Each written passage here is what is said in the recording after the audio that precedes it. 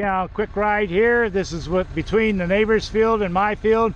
Used to be 6-foot high weeds, noxious weeds, and cleaned it up, reseeded it. Now we mow it, and we have very little weed growth in either field coming from it.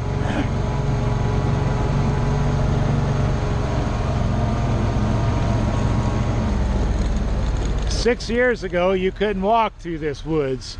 Brush, weeds, poison ivy, 20, 30 logs were down from 50, 100 years of living. Trash piles from 50, 60 years ago, from when people dumped their trash in the woods. It was a mess. Now we walk through it. I'll show you how to do it, take you a little view of it. This we haven't seeded. We let it seed naturally. Natural grass has come up, and but back here it's much beautiful than it ever was. You couldn't walk through this back here, and now it's nice.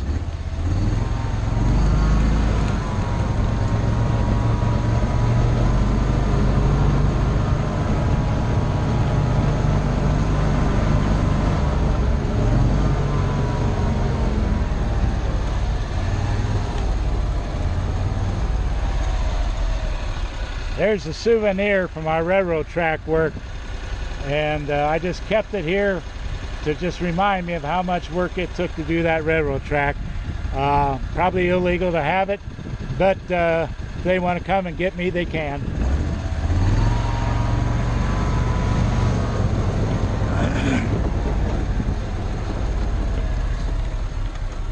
Now here you can see how nice this is. And to do this, again, you start after late winter. Pick yourself a 100-foot section by 100 foot or 100 by 200, and you just start step one, spraying the poison ivy away.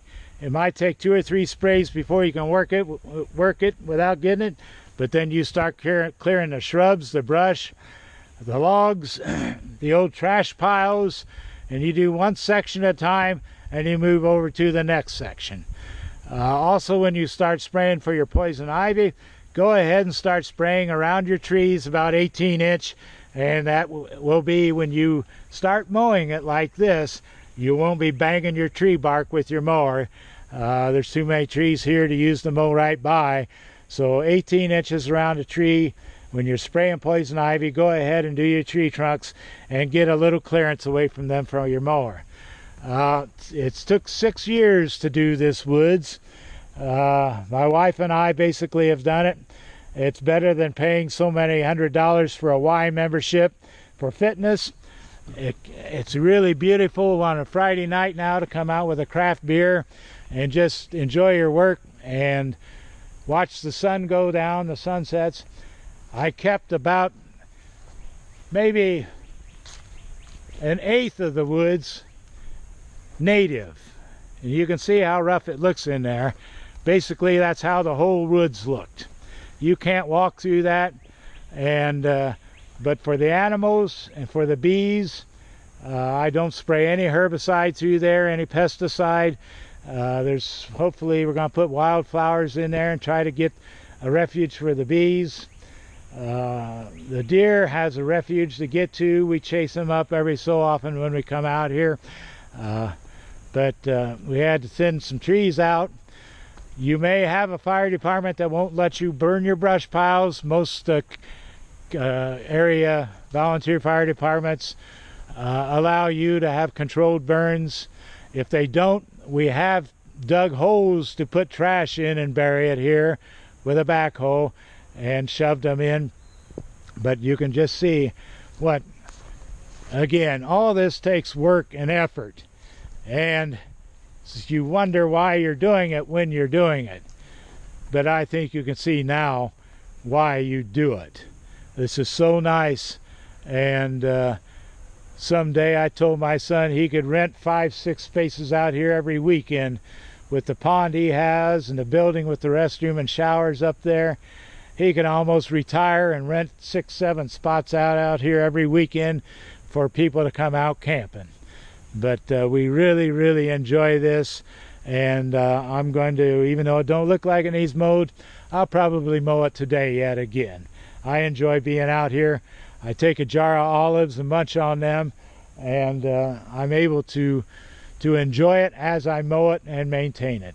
But you can see what work and effort is. Again, start with getting rid of your poison ivy. You've got to deal with your old dead logs down. You just take your time, cut them up, and go section by section. And after 6 years, you can see what my wife and I did.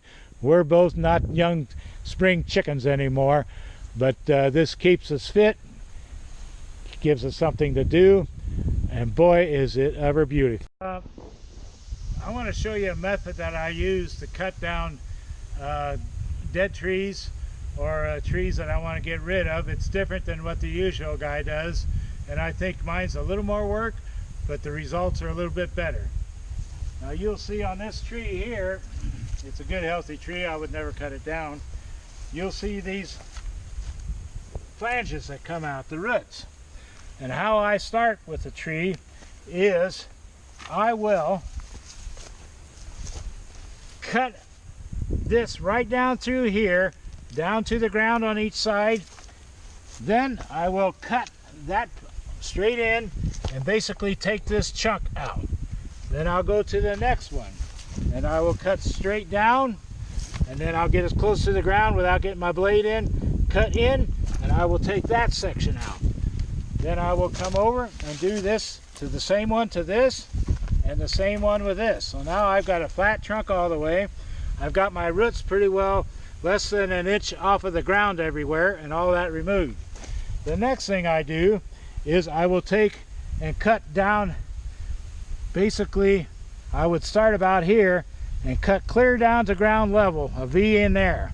Then I would come over here, cut a V down into the ground all the way to ground level, and I do that all the way around the tree. Then after that, this is the tricky part, because usually, you know, I would say you can look up at that tree with the wind and everything, you would pretty well bet it's going to fall right that way. You cut enough trees, a good guy with a saw will know that. So I have all these V's cut out, and wherever I would keep doing that until I get to the center. Keep cutting them V's all the way around down to ground level. Eventually you're going to hear a little crack, and that's when you want to start being careful. I always have 2 saws with me, and when we get to that crack, then I go down and start cutting through the tree. And again, you got to guess which way you're going. 2 saws with you, because if you guess wrong and you're cutting like that, all of a sudden you got a saw that's pinched in there and you're dead in the water. So you get your other saw and you go to the other side and you attack it there. But when that tree falls, basically you'll have some splinters come up where it breaks away, like always, but it'll be basically pretty close to ground level. Then what I do with that remaining inch-high ground over there, I'll show you what I do here now.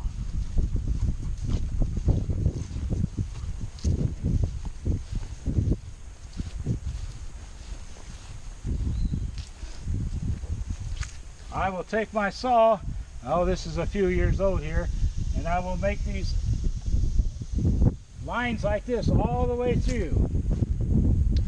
Then I'll come over to this side and I'll make these lines all the way through. You can see kind of the cubes. Then I will get as close to the ground as I can and I'll start cutting them cubes off. And you can see that that's pretty good. I mow out here 3.5 inches high, and that is probably 2 inches of clearance there on 3. So that's how I do it without getting a stump grinder out here and doing all that. And if you do that to start it, you don't have a trunk cut off that high like everybody else does, and then you don't have the weight of it pulling itself over, and you got a battle on your hands to get rid of that trunk. So again, I start by getting rid of them outshoots, squaring them off at the ground. Then I start going into the tree at angles all the way around it, and then I cut them out, and eventually I've just got a tapered piece holding the middle of that tree up. And then that's when I go in with my saw and cut right off at that low level and listen for that first crack and get ready to run.